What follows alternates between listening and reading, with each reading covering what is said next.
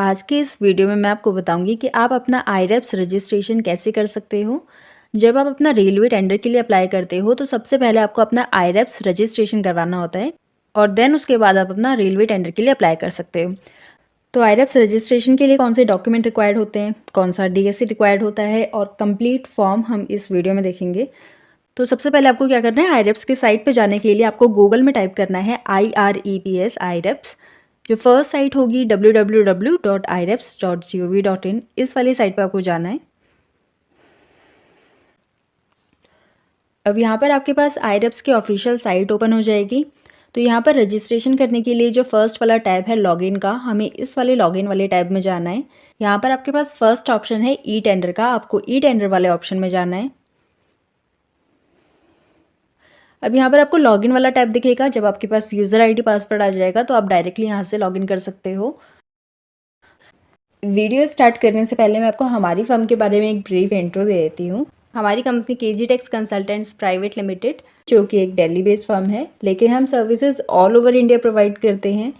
तो ये हमारी वेबसाइट है kgtex.in, आप इसे विजिट कर सकते हो। यहाँ पर हमारी सारी सर्विसेज मेंशन है, जैसे जो हमारी रजिस्ट्रेशन सर्विसेज हैं उसमें ice gate registration, AD code registration, trademark registration, ERCMC, सभी तरीके के RCMC रजिस्ट्रेशन, चाहे वो स्पाइस वोट हो, अपेडा हो, फसाई रजिस्ट्रेशन, सेंट्रल फसाई, स्टेट फसाई। हमारी जो डीएससी सर्विसेज हैं इसमें हम सभी तरीके के डीएससी प्रोवाइड करते हैं, चाहे वो साइनिंग हो, साइनिंग प्लस इंक्रिप्शन हो, कॉम्बो हो, आपके टेंडर वाले डीएससी हो, DGFT डीएससी हो, सभी तरीके के डीएससी हम प्रोवाइड करके देते हैं। तो ये हमारी वेबसाइट है kgtex.in, आप इसे विजिट कर सकते हो, अपने प्राइजेस कंपेयर कर सकते हो। और अगर आपको कोई भी क्वेरी होती है तो आप हमें कॉल कर सकते हो या व्हाट्सएप कर सकते हो। तो अपना रजिस्ट्रेशन करने के लिए नीचे आपको ऑप्शन दिखेगा click here to register as new contractor, आपको इस वाले ऑप्शन में जाना है। अब यहाँ पर आपको 4 ऑप्शन दिखेंगे, आपको फर्स्ट वाले ऑप्शन में टिक करना है और प्रोसीड पे टिक करना है। और अगर आपने अपना रजिस्ट्रेशन सबमिट नहीं किया लेकिन आपके पास रिक्वेस्ट आईडी है तो आप अपना सेकंड वाला ऑप्शन टिक करोगे। अगर आपने सबमिट कर दिया और अपना स्टेटस देखना चाहते हो तो थर्ड वाला ऑप्शन, और अगर आपका कोई क्वेरी आया उसका रिप्लाई करना है आपको तो फोर्थ वाला ऑप्शन। तो क्योंकि ये फर्स्ट टाइम रजिस्ट्रेशन हो रहा है तो हम फर्स्ट वाले ऑप्शन पे टिक करेंगे और प्रोसीड पे टिक करेंगे। अब आगे जाने से पहले आपको अपने सिस्टम में अपने डीएससी इंसर्ट करने हैं।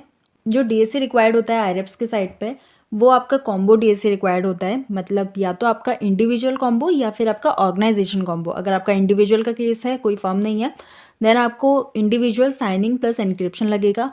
अगर आपका ऑर्गेनाइजेशन का केस है तो आपका ऑर्गेनाइजेशन साइनिंग प्लस एनक्रिप्शन लगेगा। देन उसके बाद अपनी डीएससी इंसर्ट करने के बाद आपको प्रोसीड पे टिक करना है। अब जैसे आप प्रोसीड पर टिक करते हो तो आपके सिस्टम में आपको आपके डीएससी शो हो जाएंगे। आपको डीएससी को सिलेक्ट करना है, देन उसके बाद यहाँ पर पिन एंटर करना है आपको, जो आपकी डीएससी का पिन होगा, और इसे ओके करना है। अब यहाँ पर आपको कंप्लीट फॉर्म आपका शो हो जाएगा। आपको यहाँ पर ऊपर कुछ 5-6 टैब दिखेंगे, आपको ये सारी टैब में डिटेल अपनी फिल करनी है और फिल करने के बाद आपको साइन एंड सबमिट करना है। सबमिट करने के 2 से 3 दिन बाद आपके पास मेल आ जाएगी आपको, जिसमें आपका यूज़र आईडी और आपका पासवर्ड होगा। देन उसके बाद आप लॉगिन करके अपने टेंडर फाइल कर सकते हो। तो सबसे पहले हम डिटेल फिल करते हैं। अब यहाँ पर आपका ऑर्गेनाइजेशन नेम ऑटो फिल होकर आ जाएगा, जो कि आपकी डीएससी से डायरेक्ट उठ के आता है। उसके बाद आपको अपनी एड्रेस डिटेल मेंशन करनी है, आपको कंप्लीट एड्रेस टाइप करना है यहाँ पर। देन उसके बाद कॉन्टैक्ट डिटेल में आपको अपना मोबाइल नंबर और ईमेल आईडी एंटर करनी है। देन उसके बाद प्राइमरी यूज़र डिटेल में जो आपका ऑथराइज सिग्नेटरी डिटेल होगी वो आ जाएगी, जैसे आपका डीएससी पर्सन नेम ऑटो उठा लेगा, और उसके बाद उसका address, gender, state, mobile number और पैन कार्ड नंबर, ये सारी चीज़ें आपको एंट्री करनी है। उसके बाद आपसे पूछेगा कि आपको कौन सी कैटेगरी में रजिस्टर करना है, स्टोर्स में, work tender, leasing, e auction, vendor approval, ये सारे आपके पास ऑप्शंस हैं। आप अपनी कैटेगरी के अकॉर्डिंग इसे सिलेक्ट कर सकते हो। देन ऊपर की सारी चीज़ें एंटर कर लेने के बाद आपको सेव एज ड्राफ्ट पे टिक करना है। अब यहाँ पर सेव एज ड्राफ्ट करने के बाद आपको ऊपर आपकी रिक्वेस्ट आईडी शो हो जाएगी, details saved successfully, please note request ID for future reference. अगर आपका फॉर्म बीच में रुक भी जाता है तो आप बाद में इस रिक्वेस्ट आईडी से फॉर्म को आगे कंटिन्यू कर सकते हो। तो बेसिक डिटेल फिल होने के बाद जो आपका नेक्स्ट टैब है कॉन्स्टिट्यूशन का, आपको उस वाले टैब में जाना है। यहाँ पर आपको सिलेक्ट करना है नेचर ऑफ बिजनेस। अब यहाँ पर है नेचर ऑफ बिजनेस, यहाँ पर आपको अपनी कैटेगरी सिलेक्ट करनी है, प्रोप्राइटरशिप, पार्टनरशिप, LLP, जो भी आपकी कैटेगरी होगी आपको वो कैटेगरी सिलेक्ट करना है। जैसे मैं सिलेक्ट कर लेती हूँ partnership. Please provide the detail of all partners one by one, आपको सभी पार्टनर की डिटेल एंटर करनी है। सिमिलरली अगर आप कंपनी का केस लेते हो तो आपको सारे जितने भी डायरेक्टर्स होंगे कंपनी के उन सभी की डिटेल एंटर करनी होगी वन बाय वन। और अगर आप प्रोप्राइटरशिप का केस लेते हो तो आपको सिर्फ प्रोप्राइटर की डिटेल एंटर करनी होगी। जैसे मैंने प्रोप्राइटरशिप सिलेक्ट किया तो यहाँ पर name of proprietor, country, gender, category में आपका SC ST OBC ये सारी कैटेगरी होंगी। मोबाइल नंबर और पैन कार्ड नंबर ये एंटर करना है। देन उसके बाद इसे सेव कर दोगे। अब सेव करने के बाद नीचे आपको ये डिटेल आपकी शो हो जाएंगी, जो जैसे मैंने प्रोप्राइटर की डिटेल ऐड की है। अगर आप पार्टनरशिप करते हो तो सारी पार्टनर की डिटेल वन बाय वन आपको ऐड करनी है। इस केस में प्रोप्राइटरशिप था तो एक ही की डिटेल जाएंगी। आप इसे एडिट भी कर सकते हो, यहाँ से डिलीट भी कर सकते हो। देन उसके बाद जो आपका ऑप्शन आता है वो आता है अप्रूवल्स। आपको अगले वाले टैब में जाना है। अब यहाँ पर जो अप्रूवल्स वाला टैब है यहाँ पर आपका रजिस्ट्रेशन कैटेगरी आपसे पूछेगा।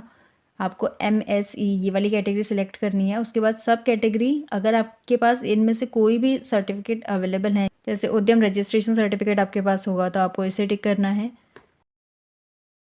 और उसके बाद वैलिडिटी स्टार्ट डेट और वैलिडिटी एंड डेट ये आपको सिलेक्ट करनी है। देन मॉनेटरी लिमिट जो है आपकी वो आपको एंटर करनी है। और उसके बाद कैटेगरीज ऑफ आइटम्स आपको लिखनी है। देन उसके बाद से सेव एज ड्राफ्ट पे टिक करना है। देन अप्रूवल वाला टैब भी जब आप सेव कर दोगे तो नीचे आपको डिटेल शो हो जाएंगी। उसके बाद आपको स्टैट्यूटरी डिटेल में जाना है। अब यहाँ पर आपको GST डिटेल में आपसे पूछेगा are you exempted from registering under GST act. आपको इसे नो करके अपना GST नंबर एंटर करना है। आप GST नंबर एंटर करोगे आपका स्टेट भी ऑटोफिल हो जाएगा और आपका पैन नंबर भी ऑटोफिल हो जाएगा। देन उसके बाद इसे सेव एज ड्राफ्ट कर दोगे।